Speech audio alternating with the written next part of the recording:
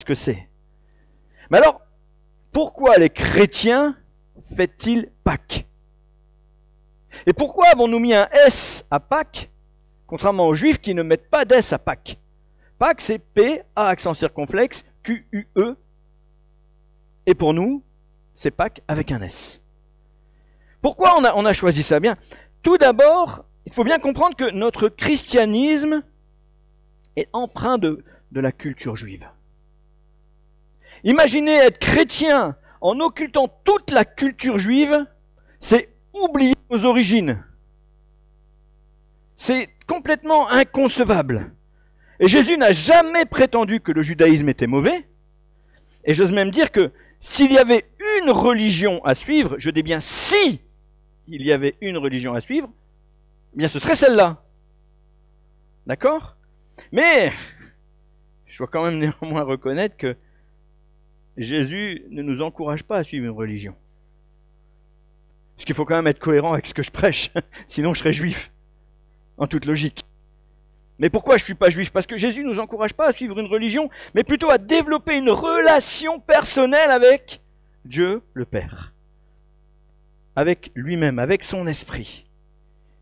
Et je remarque quand même qu'il n'a jamais demandé à ce que nous ne suivions pas les fêtes juives. Nulle part dans la Bible il est écrit « Jésus a dit ne fêtez pas Pâques ». Nulle part il est écrit « Jésus a dit ne fêtez pas Sukkot ». D'ailleurs lui-même fêtait les fêtes juives et il aimait ça. Il aimait faire la fête. Ça c'est un bon encouragement pour nous. Notre Seigneur, notre Sauveur, notre modèle aime faire la fête. Donnez-moi un « waouh ». On aime tous faire la fête, non? Bon, ben moi j'aime en tout cas. Hein. Et même, pour tous les événements majeurs de sa vie, il a choisi des moments de fête. On pense, contrairement à la pensée commune, puisque nous savons tous que Jésus n'est pas né le 25 décembre, on a gardé cette date et c'est une très bonne chose, nous fêtons Noël, évidemment, mais on pense que Jésus serait né plutôt à Sukkot, plutôt à ce moment-là. Il est mort et il est ressuscité à Pâques. Et il nous a envoyé, donc Pâques c'est Pessa pour les Juifs, et il nous a envoyé son esprit à la Pentecôte, c'est-à-dire à Shavuot. Shavuot c'est la fête qui célèbre la réception des tables de la loi, mais aussi les prémices des moissons. En conclusion, on peut dire que la vie de Jésus est rythmée par les fêtes juives, et en conséquence, les célébrer n'est pas une mauvaise chose. Bien que je ne sais pas si vous avez remarqué, on a quasiment oublié de célébrer Sukkot dans notre tradition. On ne fête plus Sukkot. La fête des tentes, la fête des cabanes, pour ceux qui ne connaissent pas, on pourrait en reparler. Mais revenons à Pâques. Comme nous l'avons compris, cette fête est très importante pour les Juifs, pour les Hébreux, pour les Israélites. Et elle est célébrée chaque année. Pourquoi? Parce qu'il y a un symbole derrière cette fête, comme Matthéo l'a rappelé, c'est leur sortie de l'esclavage imposé par les Égyptiens alors qu'ils vivaient dans ce pays. Et le rapport avec le christianisme, c'est de reconnaître justement la mort et la résurrection de Jésus qui nous libère de cette forme d'esclavage qu'est le péché. Parce que Jésus dit lui-même dans l'évangile de Jean chapitre 8 et au verset 34, « En vérité, je vous le dis, celui qui commet le péché est esclave du péché. » Voilà.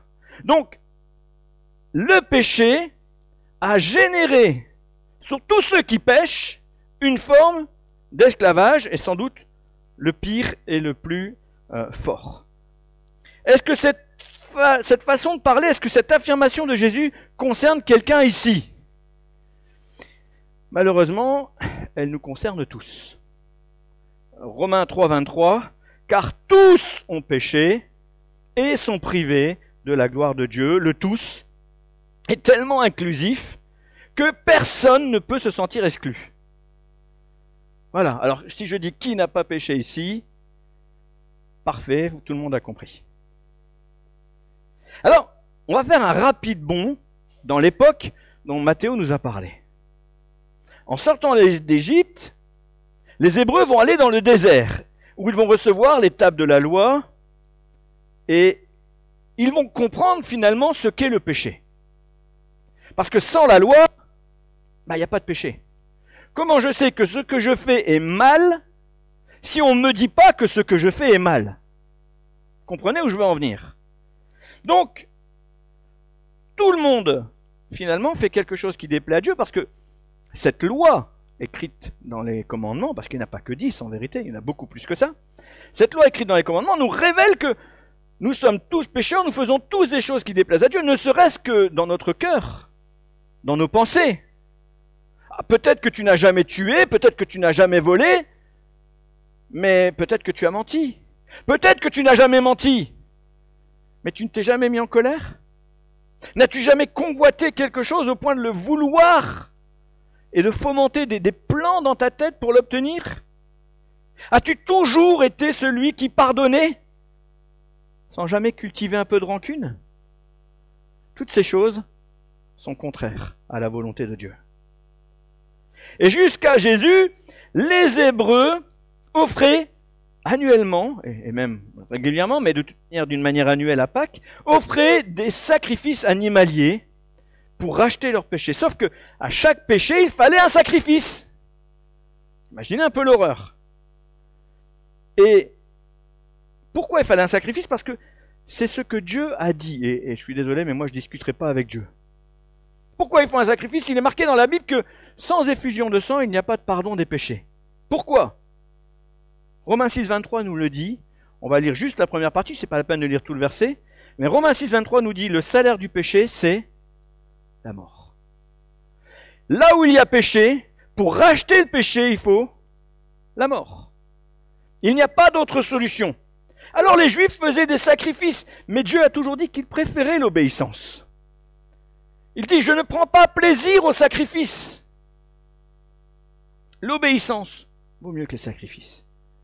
Ne commettez pas un péché histoire de tuer un agneau et me faire plaisir. Obéissez, ça me fait plaisir. L'agneau, il n'a rien demandé à personne.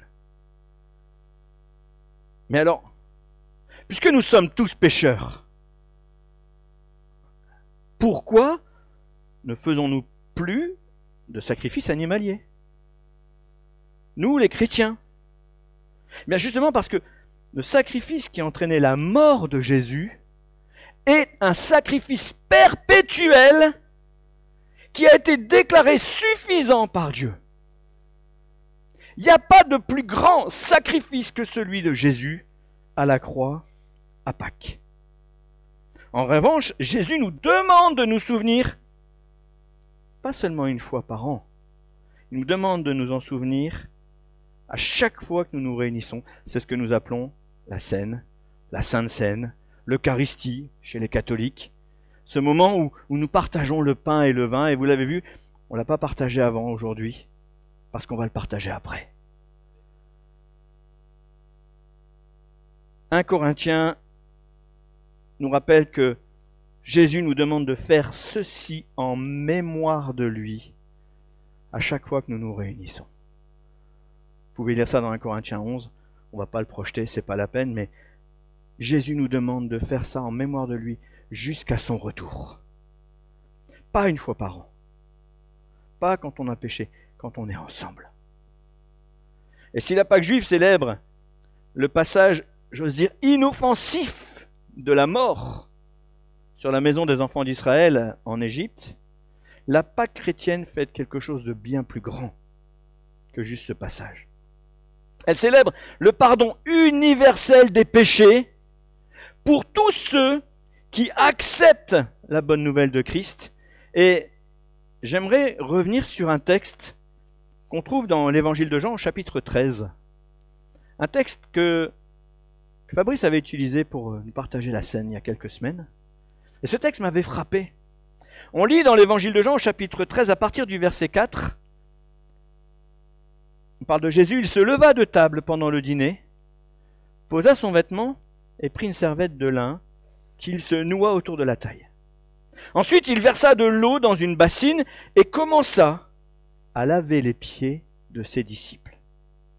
Puis, à les essuyer avec la serviette qu'il s'était nouée autour de la taille. Quand vint le tour de Simon-Pierre, celui-ci protesta. « Toi, Seigneur, tu veux me laver les pieds ?» Jésus lui répondit, « Ce que je fais, tu ne le comprends pas pour l'instant, tu le comprendras plus tard. » Mais Pierre lui répliqua, « Non, tu ne me laveras pas les pieds !» Sûrement pas. Véhémence de Pierre.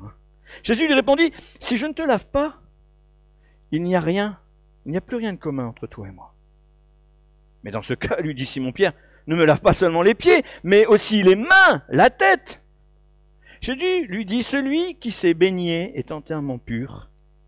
Il suffit de se laver les pieds. Or, vous êtes purs, mais pas tous. » J'ai toujours trouvé cette conversation entre Jésus et Pierre complètement extraordinaire. On retrouve le caractère de Pierre. Tout le monde, parce que c'est pas le premier à se faire laver les pieds, enfin tout le monde, ils sont nombreux déjà à avoir accepté Pierre. « Oh non, pas moi Jésus. Ah non, non, non, non, non, j'accepte pas ça. Non, non, non, non. » Mais ce qui est fascinant, c'est comment ça se passe. Cette scène a lieu quelques heures avant l'arrestation de Jésus. Quelques heures. Après, ils vont manger, après, ils vont aller dans le jardin de Gethsémanée, après, il se fera arrêter. Et Jésus va nettoyer les pieds. Je vous remets dans le contexte. Il est à table avec ses disciples. Il est en train de manger. Bon, ils ont peut-être passé l'entrée. Je pense pas qu'il y avait de trou normand. Voilà. Je suis désolé, JF. Il ne peut pas y avoir des Normands partout. Hein? Il y en a un ici, c'est suffisant. Non, que Dieu en amène plein. On les prend tous. Mais il est à table, en plein repas, et il décide de laver les pieds de ses disciples. Alors, Sommer nous dit, ils étaient à table en plein milieu du dîner. D'accord? On l'a lu. J'ai regardé d'autres versions. Darby nous dit la même chose. Le seul qui nous dise pas ça, c'est Second. Mais c'est pas vraiment important, parce que peut-être que vous allez voir dans votre Bible Second qu'il n'est pas marqué pendant le repas. Mais le texte original entend pendant le repas. Et donc il décide de leur laver les pieds. Pourquoi à ce moment-là? Pourquoi pas avant? Pourquoi pas après? Je dirais même l'usage aurait voulu que ce soit avant. Mais la raison, c'est que avant ce soir-là, la symbolique de l'action de Jésus n'aurait pas eu du tout le même impact. Il fallait que ce soit à ce moment-là, parce qu'après il va leur annoncer sa mort. Jésus dit à Pierre, « Ce que je fais, tu ne le comprends pas pour l'instant, tu le comprendras plus tard. » Et plus tard, eh bien, ce ne sera pas dans une heure, ce sera dans quelques temps. Parce qu'il ignore à ce moment-là que Jésus va mourir pour le rachat des péchés. Il ignore à ce moment-là tout ce qui va se passer, même si Jésus leur a dit. Mais dans les heures qui suivent, Jésus va mourir. Et Pierre n'a pas encore la connaissance de la valeur de la mort de Jésus.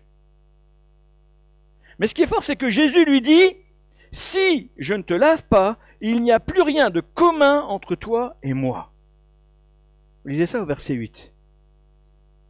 Pourquoi autant de radicalité? La première chose que nous enseigne ce lavement des pieds, c'est bien entendu l'humilité. Mais de vous à moi, ça n'a aucun rapport direct avec Pâques en ce qui nous concerne. Alors pourquoi en parler aujourd'hui? Tout simplement parce que je vous ai dit, la Pâque chrétienne, fait quelque chose de bien plus grand que la Pâque juive. Jésus nous le révèle justement dans ce lavement des pieds. Le lavement des pieds est un signe de purification. Il était d'usage lorsqu'on invitait quelqu'un et qu'on était une famille aisée, une famille importante. Il était d'usage que dans la maison d'un riche, des serviteurs lavent les pieds des invités. Ça, c'était l'usage. Alors vous allez me dire, mais pourquoi? Tout simplement parce qu'à l'époque, on n'avait pas de chaussures. Ceux qui avaient les moyens avaient des sandales, mais tout ça était ouvert. Et donc, quand vous marchiez, on ne marchait pas sur du bon macadam, on marchait sur de la terre, on marchait dans la poussière, parfois il avait plu, on marchait donc dans la boue, et parfois quelques animaux qui n'avaient pas de litière avaient laissé sur le chemin quelques cadeaux, et je vous laisse imaginer la suite. Donc bien évidemment, quand vous arriviez quelque part, les pieds n'étaient pas propres. Mais on sait surtout que les règles d'hygiène étaient importantes, et on sait aussi que beaucoup d'infections passent par les pieds. Donc se laver les pieds, c'était primordial. Et ici, eh bien oui, il fallait se laver les pieds, parce que on voulait honorer les gens. En leur lavant les pieds, on disait « Je veux que tu sois en bonne santé. Je te lave les pieds et j'aimerais que tu comprennes qu'en te lavant les pieds, je prends soin de toi. En te lavant les pieds, je montre aussi que tu es quelqu'un d'important pour moi. » Mais cette tâche incombait au serviteur du maître de la maison. C'est pourquoi Pierre dit « Mais non, Jésus, pas toi. Laisse les autres le faire.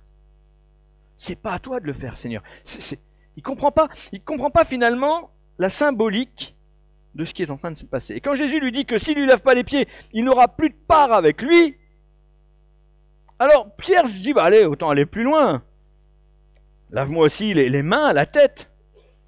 Parce que pour lui, la seule chose qu'il est en train de voir, c'est que le maître s'humilie.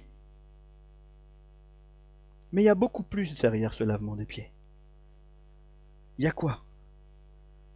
Le message ne s'adresse pas qu'à Pierre. Le message ne s'adresse pas qu'aux gens qui sont dans la salle. Le message ne s'adresse pas qu'aux contemporains qui n'ont pas les moyens d'avoir des bonnes chaussures comme on en a aujourd'hui, fermées, qui nous permettent de garder les pieds à peu près propres, pour peu qu'ils soient propres quand on les met dedans. Voilà. Le message s'adresse à nous. Le message s'adresse à l'église d'aujourd'hui. Il s'adresse à l'église d'hier, évidemment. Mais le message, il est perpétuel. Il s'adresse à tout le monde. Il s'adresse à nous qui lisons la Bible. Et qu'est-ce qu'il dit? Celui qui s'est baigné est entièrement pur. Il suffit alors de se laver les pieds. Or, vous êtes tous purs. Vous êtes purs, mais pas tous. Jésus parle avec ses disciples. Ces personnes ont suivi son enseignement. Ils sont impliqués dans le ministère de réconciliation de Jésus depuis près de 3 ans. Ça fait des mois et des mois qu'ils sont avec lui. Et ils sont là pour l'aider à accomplir sa mission. Mais est-ce qu'ils sont parfaits pour autant? Est-ce qu'ils sont parfaits? Pierre a eu des révélations incroyables. C'est lui qui a marché sur l'eau. C'est lui qui a participé à la transfiguration. Et il s'est quand même entendu dire « Arrière de moi, Satan ». Pouh. Autant dire qu'il n'est pas parfait. Jean et Jacques, les frères de Zébédée, eux aussi ont vu la transfiguration. Et ces mêmes gars voulaient faire descendre le feu sur la Samarie et détruire tout le pays. Allez, rien que ça, un petit génocide. Ces mêmes hommes ont laissé leur mère aller quémander à Jésus une place à la droite de Jésus dans le ciel. Autant vous dire que le melon, c'est une pastèque, hein? Voire une montgolfière. Non. Sans compter que tous, même si à ce moment-là ils ne le savent pas, tous vont abandonner Jésus dans quelques heures. Tous vont le laisser tomber. Sans exception. Alors non, ils ne sont pas parfaits, mais ils sont attachés à Jésus. Ils l'aiment profondément. Tous? Non. Jésus connaît leur cœur. Il sait que parmi les 12, il y en a 11 qui le suivent parce qu'ils aiment Jésus. Ils le suivent parce que Jésus c'est leur ami. Ils le suivent parce que Jésus compte pour eux. Mais il y en a un qui le suit pour ce que Jésus peut apporter. Il y a une énorme différence entre aimer quelqu'un pour qui il est et l'aimer pour ce qu'il va faire. Si tu aimes quelqu'un pour ce qu'il va faire, s'il ne fait pas ce que tu veux, alors tu ne l'aimes plus. Si tu aimes quelqu'un pour qui il est, peu importe ce qu'il va faire, tu vas l'aimer quand même. C'est le cas avec tous nos enfants. Ils font des bêtises, peut-être même qu'ils nous déçoivent, peut-être même qu'ils sont fâchés avec nous, mais on les aime quand même. Par contre, moi, mon patron, quand je travaillais dans une banque, j'aimais bien mon patron. Je vais pas dire que je l'aime pas, c'est pas vrai. Mais je le vois pas, ça me fait une belle jambe, quoi. C'est pas la même chose. Vous comprenez ce que je veux dire? C'est pas le même amour. Et Jésus savait ça. Il savait que parmi ses disciples, il y en avait un. Il volait dans la caisse. Il était révolutionnaire. Il va le vendre. Il sait que Judas ne l'aime pas comme les autres l'aiment. Mais c'est pas parce que ils aiment Jésus qu'ils sont parfaits. Pas parce qu'ils aiment Jésus qu'ils ne pêchent plus. Est-ce que tu connais quelqu'un qui aime Jésus et qui ne pêche plus, toi? Peut-être toi-même. Est-ce que tu aimes Jésus? Est-ce que tu ne pêches plus? C'est impossible. Ça ne les rend pas parfaits. Alors Jésus leur annonce cette merveilleuse nouvelle le soir de Pâques. Celui qui s'est baigné est entièrement pur. Il suffit alors de se laver les pieds.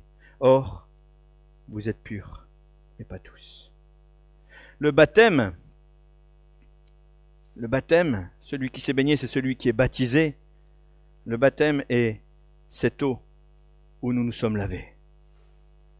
Et quand nous sommes passés par les eaux du baptême, par un amour sincère pour Jésus, pas pour ce qu'il peut nous apporter, par un amour sincère.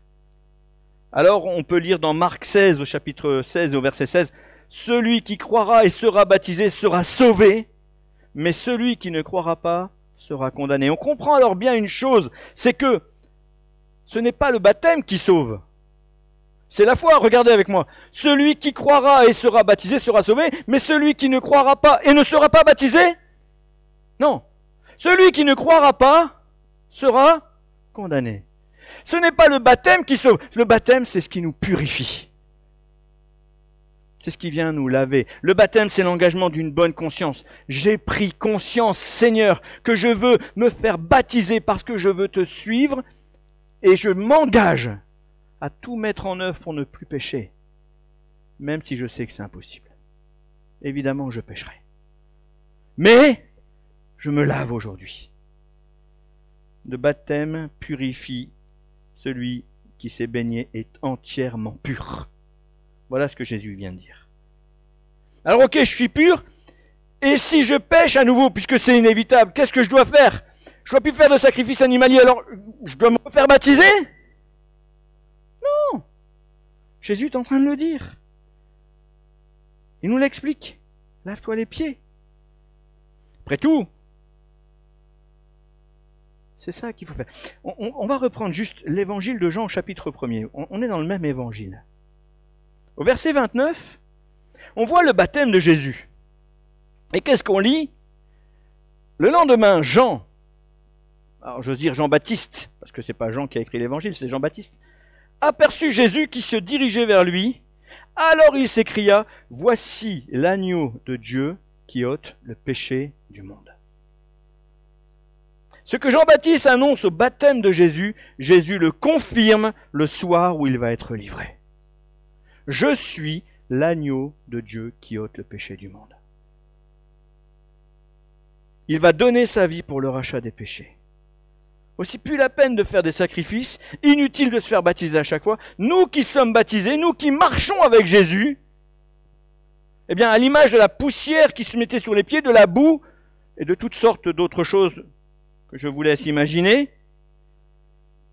eh bien, nous drainons des péchés dans notre vie. Venons à Christ, avec humilité, demandons-lui pardon, et il nous nettoie, il nous lave les pieds. C'est pas la peine de laver le reste, tu es pur. Mais n'oublie pas de demander pardon. Vous savez, on n'arrive pas à éviter la poussière quand on n'a pas des souliers fermés. On n'arrive pas à ne pas marcher dans la boue quand on doit se déplacer et qu'on a des sandales. Et bien sûr, il y a certaines choses qu'on n'a pas pu éviter dans notre vie. Ça peut dégager de la saleté, ça peut dégager des odeurs nauséabondes. Mais Jésus nous lave les pieds. Et après cela, il va nous rappeler un principe fondamental du christianisme au verset 13, Jean 13, 13. « Vous m'appelez Maître et Seigneur et vous avez raison, car je le suis. » Si donc moi, le Seigneur et le Maître, je vous ai lavé les pieds, vous devez vous aussi vous laver les pieds les uns aux autres. Ici, ce que Jésus nous rappelle, c'est que nous devons être des encouragements les uns pour les autres. Et nous devons avoir l'humilité aussi de le faire. Si j'apprends que tu as péché, que mon réflexe ne soit pas de dire « Ah, t'as péché !» Que mon réflexe soit de te dire « Viens, ensemble on va prier et je vais te laver les pieds. Ensemble on va prier et tu vas demander pardon à Jésus. Moi je veux être un instrument de Dieu pour que tu reviennes à Christ, que tu lui demandes pardon, qu'il te lave les pieds, que tu sois de nouveau pur. Peu importe ce que tu as fait, peu importe ton péché. Moi je veux participer à la purification que Dieu t'offre. Puis viendra alors, juste après ce repas, pendant ce repas, juste après cet événement, viendra la scène. Enseignement particulièrement expliqué à l'apôtre Paul, qui n'était pas présent ce soir-là. À l'époque, il était encore Saul de Tarse, il rentrait de Cilicie, et il n'avait qu'une ambition, c'était éradiquer tous les apôtres et les disciples de Jésus. Mais dans son épître aux Corinthiens, il nous révèle qu'il a eu une image forte de la scène. Jésus lui-même lui a expliqué la scène, afin qu'il puisse l'expliquer aux non-juifs que nous sommes. En effet, les seuls qui étaient avec lui à table, c'était des juifs qui parlaient à des juifs. Mais il fallait que toute l'humanité entende la bonne nouvelle. Le salut ne s'offre pas qu'au peuple élu, il s'offre aussi au peuple racheté.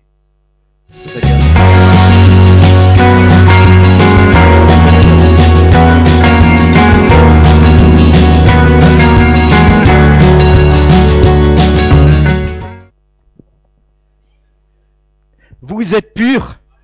N'oubliez pas, vous êtes purs. Quelle merveilleuse nouvelle de l'apôtre Paul. Ce soir-là, Jésus a lavé les pieds de ses disciples. Vous êtes baptisés, vous avez pris une décision pour Christ, vous croyez. Vous êtes purs. Waouh! Quelle merveilleuse nouvelle. Et cette scène nous le rappelle. Paul va plus loin. Dans 1 Corinthiens 11, au verset 29, on va prendre ensemble. Il nous dit, car celui qui mange et boit sans discerner le corps du Seigneur mange et boit un jugement contre lui-même. Si tu n'acceptes pas, il n'y a pas de part entre toi et moi, dit Jésus. C'est ça qu'il est en train de dire. Le corps, c'est toi, c'est moi, le corps, c'est nous. Le corps, c'est l'ACM. Le corps, c'est la rencontre. Le corps, c'est MLK. Le corps, c'est la grâce. Le corps de Christ sont toutes les églises où Jésus est révéré comme Seigneur et Maître. Le corps de Christ, c'est tout ça. Nous devons nous encourager à prendre cette scène en nous souvenant que Jésus est mort pour nos péchés une fois pour toutes. C'est fait. Les péchés les plus simples, comme les pires. Comme les pires. Que nous ayons un discernement sur nous-mêmes pour nous humilier devant lui. Bien sûr, si j'ai péché, mais il faut que je m'humilie devant Christ. Seigneur, j'ai péché, je te demande de me laver les pieds, s'il te plaît. Ça pourrait paraître simple, mais il y en a pour qui c'est vraiment compliqué de dire Jésus, je te demande pardon à nouveau. Certains demandent pardon à nouveau, d'à nouveau, et finissent par se dire, il y en a assez, tu ne peux plus pardonner, Seigneur. Et là où le péché abonde, la grâce a surabondé. Que nous n'ayons pas l'orgueil non plus de regarder l'autre avec un jugement dans notre cœur. Si Jésus te pardonne, il pardonne aussi à ton frère, à ta sœur. Amen. Prendre la scène ensemble nous encourage d'abord à tous demander pardon à Dieu et à tous aussi nous pardonner les uns les autres pour les erreurs qu'on aurait pu commettre. Et c'est ce que nous allons faire ensemble. On va prendre la scène ce matin avec cette pensée formidable que ce n'est pas seulement un événement biblique que nous célébrons. Nous célébrons le fait que la mort n'a plus aucun pouvoir sur nous, célébrons le fait que la mort passe sur notre maison et elle ne peut pas s'arrêter parce que Jésus nous justifie. Le sang de l'agneau est sur nos portes. Le sang de l'agneau est sur nos vies. Nous sommes le temple du Saint-Esprit. Pâques, c'est bien plus que l'agneau. Pâques, c'est bien plus que le sang. Pâques, c'est le pardon des péchés. Et j'aimerais que ce matin, on puisse juste prendre cette scène ensemble, en nous humiliant d'abord, mais aussi en nous réjouissant. Est-ce qu'on peut se lever ensemble, les amis? Et vraiment, mon désir, c'est que personne ne se prive. Ne reste pas à ta place entêté à te dire « Moi, je suis pas pardonné. » Ne reste pas sur ta chaise ou dans ton rang en disant « C'est pas pour moi. » Accepte ce matin le cadeau que Jésus te fait. Ne repars pas d'ici sans avoir accepté ce cadeau merveilleux de l'Évangile, la bonne nouvelle de Christ. Tes péchés sont pardonnés. Tu peux t'approcher en disant « Seigneur, j'accepte. » Mais de grâce, n'en reste pas là. Continue d'avancer avec Christ, va plus loin. Et même si tu as peut-être des questions, eh bien n'hésite pas à venir nous voir. Si tu ne maîtrises pas tout ça, viens nous voir. Mais dès à présent, dis j'accepte. Dès à présent, viens prendre ce pain en disant merci pour ton corps qui est livré pour moi. Dès à présent, viens prendre ce jus de raisin en disant merci parce que tu me purifies de mes fautes. N'hésite pas une seconde. Fais-le. On va chanter ensemble, mais que ce ne soit pas un chant, que ce soit l'expression de tout notre cœur qui remercie Jésus pour sa grâce. Amen. Alléluia, Seigneur.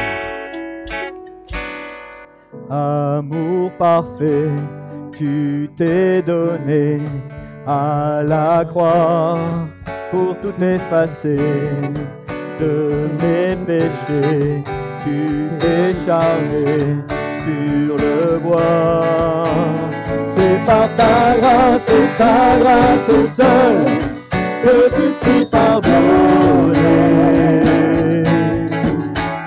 C'est par ta grâce et ta grâce seule que tu m'as racheté.